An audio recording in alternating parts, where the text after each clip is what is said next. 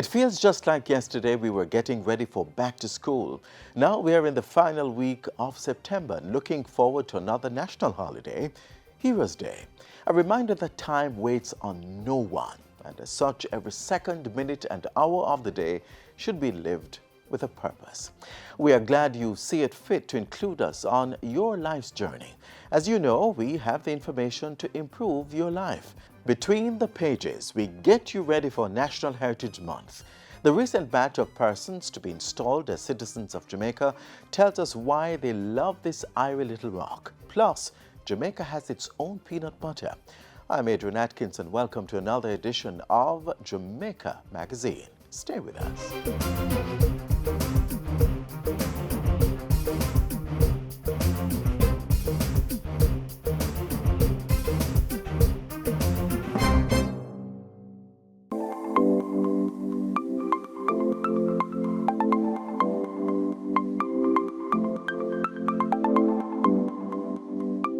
It's a seasonal task, but with that seasonal task, it becomes a lifetime responsibility. Even when you're out of the parenthood in terms of the personal responsibility of the upbringing of that child, you're going to have the task of guiding that child into manhood or into adulthood. And I believe that that experience in taking the child through school, life itself is a school. So your process as a parent is a continuous one up until death.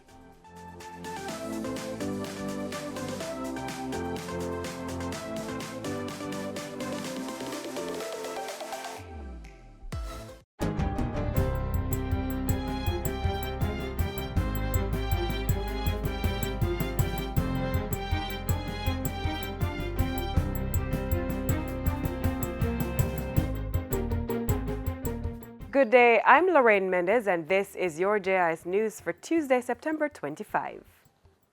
Prime Minister Andrew Holness has called on United Nations UN world leaders to commit to the coalition of peaceful societies. The occasion was the Nelson Mandela Peace Summit at the 73rd UN General Assembly in New York to mark the centenary of his birth. Addressing the group, Mr. Holness said the occasion provides a space for world leaders to affirm the need for healthy and meaningful dialogue to foster peace, reconciliation and communal accord. Prime Minister Holness said he believes these are principles that Mandela would want leaders to promote. Admittedly, these goals are not easily achieved without significant sacrifice from leaders. No one understood this more than Nelson Mandela. He asserted that real leaders must be ready to sacrifice all for the freedom of their people. That was his mantra, and sacrifice he did. Like Mandela, we too must commit to the consolidation of peaceful coalitions. What better occasion than this summit to do just that? Let that be our legacy in his honor. National Security Minister Dr. Horace Chang says the security forces have been given the required resources to deal with all three areas under the state of public emergency. The enhanced security measures have been implemented in St. James, the St. Catherine North Police Division, as well as sections of Kingston and St. Andrew. We have provided additional vehicles. I think there have been 60 new four-wheel drive vehicles attached to the force, and more will be arriving later in the course of this year. The Jamaica Defence Force, of course, has been recruiting aggressively through the Jamaica National Service Corps, and therefore has built out the numbers. Dr. Chang says over 600 constables have been added to the Jamaica Constabulary Force, JCF, since the start of the year, with another 200 to join in November. The National Security Minister says the government will continue to provide the necessary resources to maintain public safety. And Police Commissioner Major General Anthony Anderson says the security forces will continue to respect the rights and dignity of citizens as they carry out their duties. We want to assure the public that those going about their regular business and who are obeying the law have nothing to be concerned about. The Police Commissioner and National Security Minister were speaking at a press briefing Sunday to announce the state of public emergency in the corporate area. The Cornwall Regional Hospital in Montego Bay will have a diagnostic center by the end of this year. Construction has already started, and on completion, the facility will improve healthcare in the Western region and reduce the cost to outsource diagnostic services. Health Minister Dr. Christopher Tufton said the government spent approximately $21 million for X-ray services in 2017 and over $37 million for CT scans. Not only would we save by constructing a new facility and developing a standalone diagnostic center, which would be next door to the A&E, so it logistically is a good move. But even after the completion of the main building, it would add significant capacity and efficiency to the overall layout of the facility. So it's all round a very positive development. And as upgrading works continue at the hospital, additional space has been designated to expand the accident and emergency unit. We took the deliberate decision recognizing the need for A&E as a critical part of any hospital operation. This is not an ad hoc expansion. Ultimately, it will be integrated into the final product and allow a better service for this facility and for those who need it. Meanwhile, the Ministry of Health continues to roll out its compassionate care program across health facilities, the latest at the Black River Hospital in St. Elizabeth.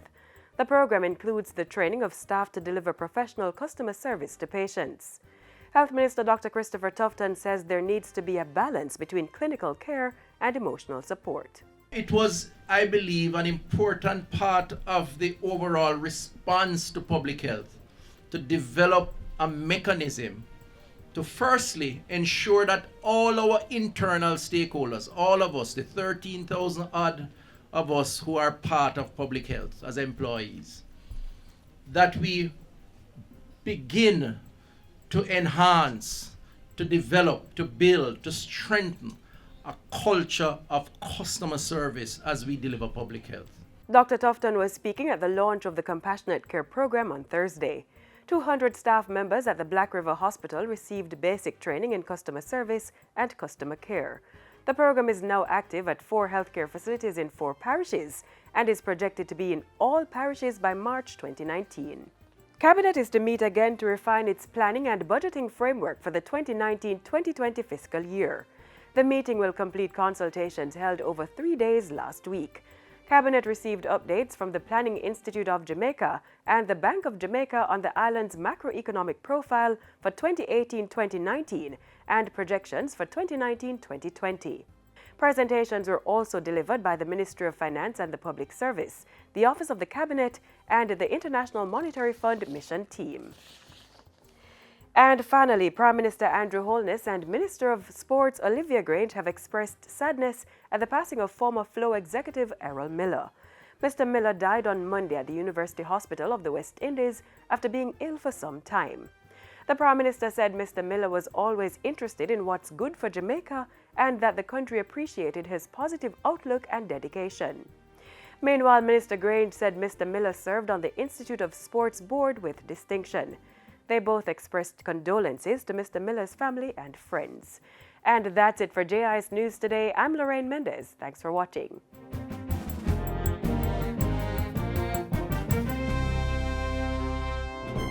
No traffic is allowed through the 3 miles intersection of the corporate area.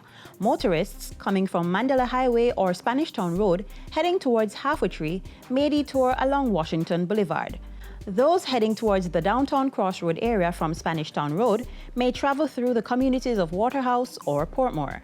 The 3 miles intersection and environs are being upgraded to create a seamless connection between the corporate area and St. Catherine. The importation, manufacturing and distribution of single-use plastic bags, straws and styrofoam is to become a thing of the past. Prime Minister Andrew Holness made the announcement this past week. Watch this for the rules and details governing the impending policy.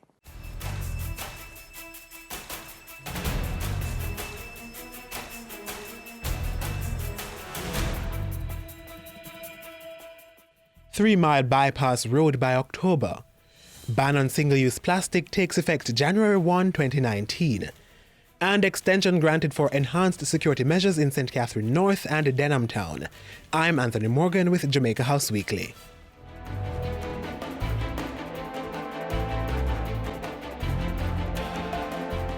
Prime Minister Andrew Holness left the island on Sunday for the 73rd session of the United Nations General Assembly. He's expected to address the plenary session on achieving the Sustainable Development Goals. As CARICOM chairman, Mr. Holness will launch a Caribbean Moves initiative geared at tackling non-communicable diseases within the region. The Prime Minister is also expected to attend the Nelson Mandela Peace Summit, engage in high-level meetings related to the fight against tuberculosis and the elimination of nuclear weapons. Before his departure, A state of public emergency has been declared within specified boundaries encompassing parts of the Kingston Central, Kingston Western, and St. Andrews South police divisions, effective today, September 23rd, 2018. in the first few hours of the state of public emergency, several wanted men were taken into custody, while 3 firearms and 35 rounds of ammunition seized. The enhanced security measure will last for 2 weeks in the initial phase. Last Monday, Mr. Holness signed a contract for the construction of a bypass road to 3 miles, which is close to vehicular traffic, for the next 8 months. To be built on Chesterfield Drive off Spanish Town Road, in the vicinity of Seaview Gardens, the new road will merge onto the recently upgraded Marcus Garvey Drive. When that road is completed, there would be no need for commuters coming in to Kingston, heading downtown, to be diverted through, for example, my constituency. Now they can turn onto Chesterfield, which would be the road right beside DNG Red Stripe, which is the road you would normally take into Seaview. But you would go down and then make a left onto the new road running alongside the train line. The 2-lane, 1.4-kilometer road is being built at a cost of $1 million. Contractors China Harbour Engineering Company are expected to complete the roadway in October. Funding is being made available from the Major Infrastructure Development Programme. Prime Minister Holness said the Chesterfield Road, which runs between the wharf and Quay Manors, will become a part of the proposed Quay Manors Industrial Zone. He also apologised for the inconvenience caused by ongoing roadworks in the corporate area. I want the Jamaican people to know that your government is listening, your government cares, and your government will do what is necessary to ensure that while we are progressing, we are not hurting in the interim. Monday also saw Prime Minister Holness welcoming a ban on the importation, distribution, manufacturing and use of single-use plastic bags, straws and styrofoam. The ban takes effect on January 1, 2019. A PET bottle refund scheme is also in the works. Retooling support for plastic importers and manufacturers will be provided by the Exim Bank and the Development Bank of Jamaica. I think we have struck the right balance of giving notice to the private sector and ensuring that the private sector can respond, that we have facilities put in place to support their response, particularly for those who would have to retool, but also that we make the firm positions on single-use plastics. In Parliament Tuesday, Mr. Holness secured another extension for the Denham Town Zone of Special Operations. This is the 6th extension of the zone since it was declared in October last year. And on Wednesday, Parliament approved a similar extension for the St. Catherine North Police Division. He said the 21% decline in the country's murder rate could be attributed to the enhanced security measures that are currently ongoing in several communities. Our resolve, Mr. Speaker, must therefore be greater than the resolve of the criminals. And we must demonstrate the resolve to take extraordinary measures in these abnormal circumstances. And we must show as a collective, as a parliament, that we have the stamina to sustain the measures that have been working. Earlier Wednesday, Prime Minister Holness opened the region's first FESTA authorized and certified training center at the Caribbean Maritime University. The state-of-the-art facility has the capacity to train and certify more than 4,000 students in industrial automation and mechatronics annually. It is through equipping our human resources to be productive and competitive that we will attain the potential and will for positive growth and development. Prime Minister Holness led his cabinet into 3 days of the 2018 planning consultation process. Ending on Thursday, the cabinet made preparations for the 2019-2020 budget. The administration did so by getting updates on the island's macroeconomic profile for 2018-2019 and projections for 2019-2020. These were given by the Planning Institute of Jamaica and the Bank of Jamaica. Presentations were also given by the International Monetary Fund Mission Team, the Office of the Cabinet, and the Ministry of Finance and the Public Service. On Thursday, Mr. Holness paid his final respects to former Minister Easton Douglas. The Prime Minister read the first lesson at the funeral. Mr. Holness also joined parliamentarians Tuesday in remembering Mr. Douglas's contribution to nation building. He is a patriot, a true Jamaican servant of the people, and again I will say the example of a dignified politician. His memory will live on through his service to the people of Jamaica. Mr. Holness also paid tribute to businessman titan William McConnell, who passed away on Thursday. Hailing McConnell as a trailblazer, nation builder and inspiration, the Prime Minister said Jamaica lost one of its important sons. And on Friday, Prime Minister Holness participated in a Government of Jamaica and International Monetary Fund Mission Review press conference. He expressed satisfaction with the island's economic reform program, saying it was proceeding on track and bearing fruit. Mr. Holness said all the major indicators, to include reserves being ahead of target, strong employment, low inflation, low interest rates, show the confidence in the economy. This is why we must continue with the reform program. We are now moving into the next phase of the reform program, which is the monetary policy reforms. That means we will be targeting inflation to ensure it's low, it's stable, but more importantly, it's predictable. Jamaica met all quantitative performance criteria under the program through to the end of June 2018. All 21 structural benchmarks in the program to date have also been met. And that's it for Jamaica House Weekly. Be sure to join us next time for more of the news stories coming out of the Office of the Prime Minister. Motorists. East Avenue of Marcus Garvey Drive in Kingston is temporarily one way. Coming from Marcus Garvey Drive, motorists are only allowed to head north onto East Avenue. Also, motorists are not allowed to turn left from Balmoral Avenue onto Maxfield Avenue. Chisholm Avenue and Oakland Road are also one-way roads going west from Balmoral Avenue. New traffic signals have been installed to indicate the short-term changes to the road network of Kingston.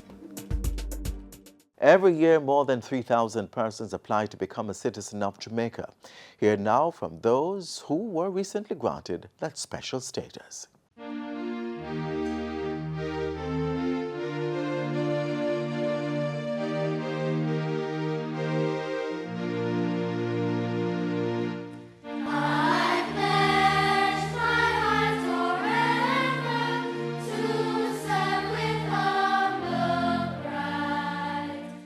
Welcome to this, our citizenship swearing-in ceremony.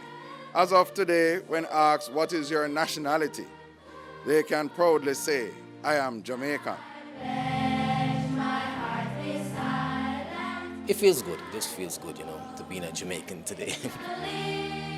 I'm Charles Opara, originally from Nigeria, but now I'm a Jamaican. I'm here for 10 years. And today is a milestone, it's a great day. I feel great inside. And I'm looking forward for a greater things to happen. This step you have taken shows that how much you have embraced Jamaica as your new home.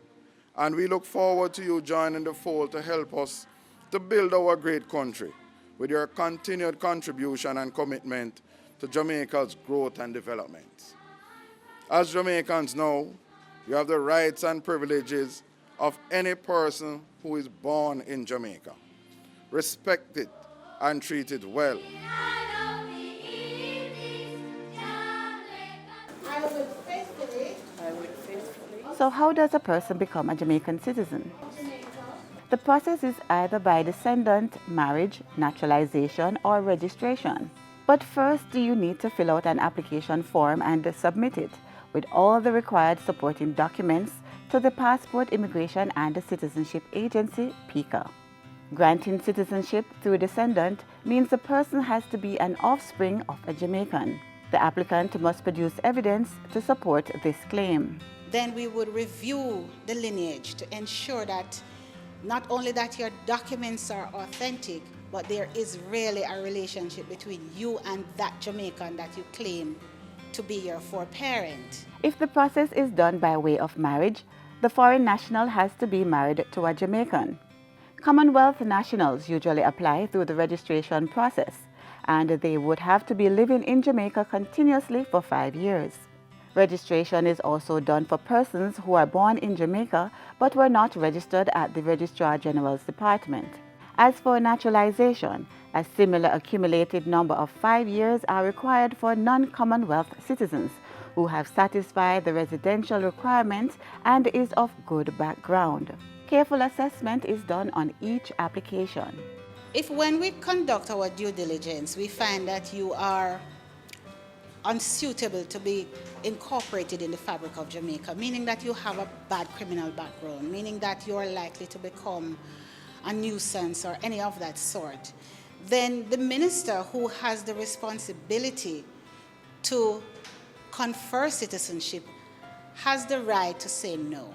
This person is the Minister of National Security. The minister has the right to refuse an application on the basis of marriage if you have committed an offense for which you were sentenced for more than 2 years. And the same thing for registration and naturalization. We look in your background to see what kind of person are you, what kind of contribution you would be now making should citizenship be granted. PICA also collaborates with the Ministry of Labour and Social Security to verify information. With the Ministry of Labour, we work together to ensure that you who come to us for registration as a Commonwealth citizen or naturalization and you are employed, that you are properly operating under the Work Permit Act. So there is no breach of any law for the persons who are considered. They must be good citizens from the start.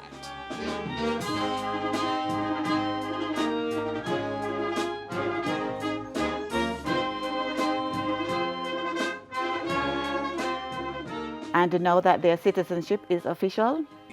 I'm lost for words. It feels good. It feels good. Excited. You make you feel like, well, you accomplished something. You're there. It's official now. You could say it in your mind that you're a Jamaican, but now you have the official proofs that I'm a Jamaican.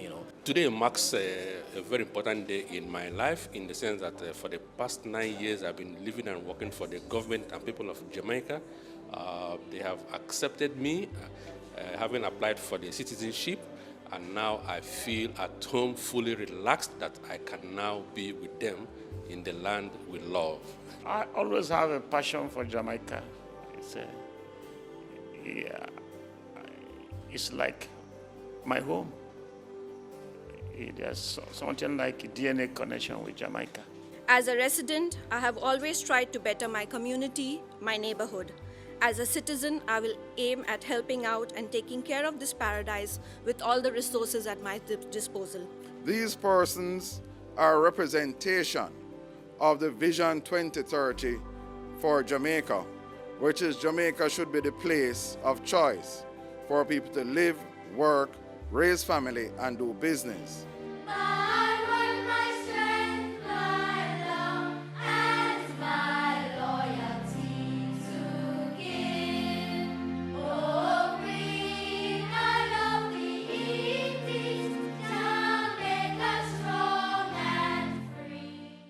Residents of Portmore St. Catherine, due to the traffic restrictions at 3 miles in the corporate area, the following routes may be considered. If heading towards Halfway Tree from Portmore, motorists may travel along Marcus Garvey Drive on the East Avenue, then to Maxfield Avenue, and on to Halfway Tree. If heading towards downtown, the easiest route remains the same. Travel along Marcus Garvey, then into the Capitol. Follow the road signs for an easy commute from and to Portmore St. Catherine. Its taste is equal to none. Made with peanuts from the cool hills of central Jamaica. It's creamy or crunchy, with a taste that is distinctly ours. Jamaica has its own peanut spread, farmed and manufactured in the central hills of the island.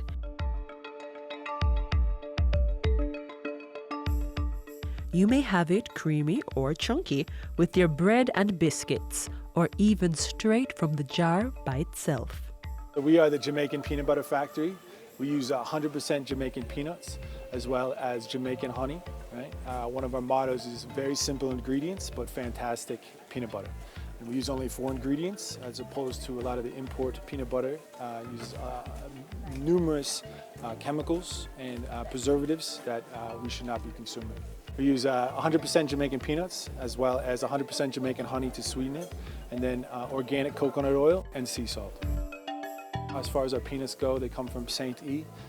Elizabeth, and so we are committed to supporting Jamaican farmers, and we've been told that Jamaicans grow the best tasting peanuts in the world, and our goal is to make the best peanut butter in the world. I worked with a natural peanut butter in the States. One of my goals was to come down here and to help facilitate small business development. And when we came down here and I saw that there was no Jamaican peanut butter on the market, and I saw that the current prices for import peanut butter, I realized that there was an opportunity in the market for a high quality, locally sourced peanut butter. Support Jamaica by Jamaican. We currently offer original, which is more of a creamy style, but the original has a slight texture to it. So we like to say it's kind of like a homemade style. And then we also do a chunky as well, which has whole peanuts in it. And we currently offer it at John R. Wong's, as well as it's going to be in Lethusian's, and it is the health food stores on Barbican and Orchid Plaza. If you purchase 2 jars directly from us, we can deliver right to your location.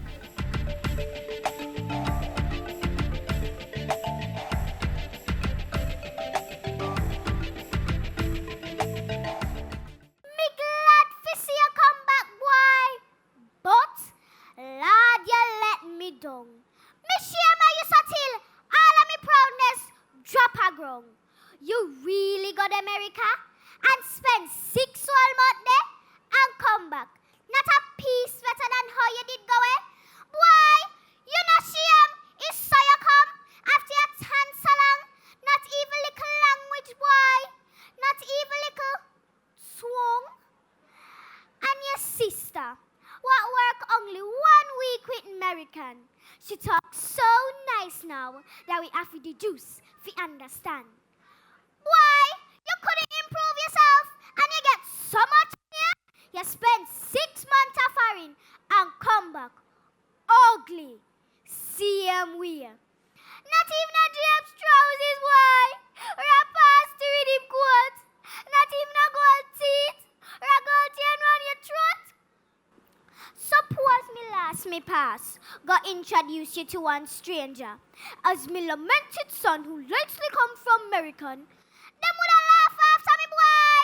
Me couldn't tell them so. Them woulda say me lie. You was a spend time back Moko. No back chat me, boy. You chat too bad. Shut up your mouth.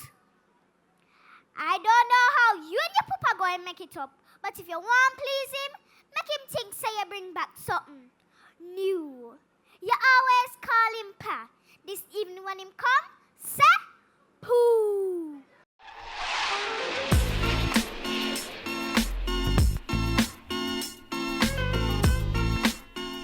This is where the magazine closes for today. For a lineup like you just saw, remember to subscribe to our YouTube channel. You may also visit our website and other social media platforms to stay in the know on matters of national importance. And of course, do join us daily on this station for the latest installment of Jamaica Magazine. Until next time, I'm Adrian Atkinson on behalf of the entire team here at the GIS, saying thank you for watching.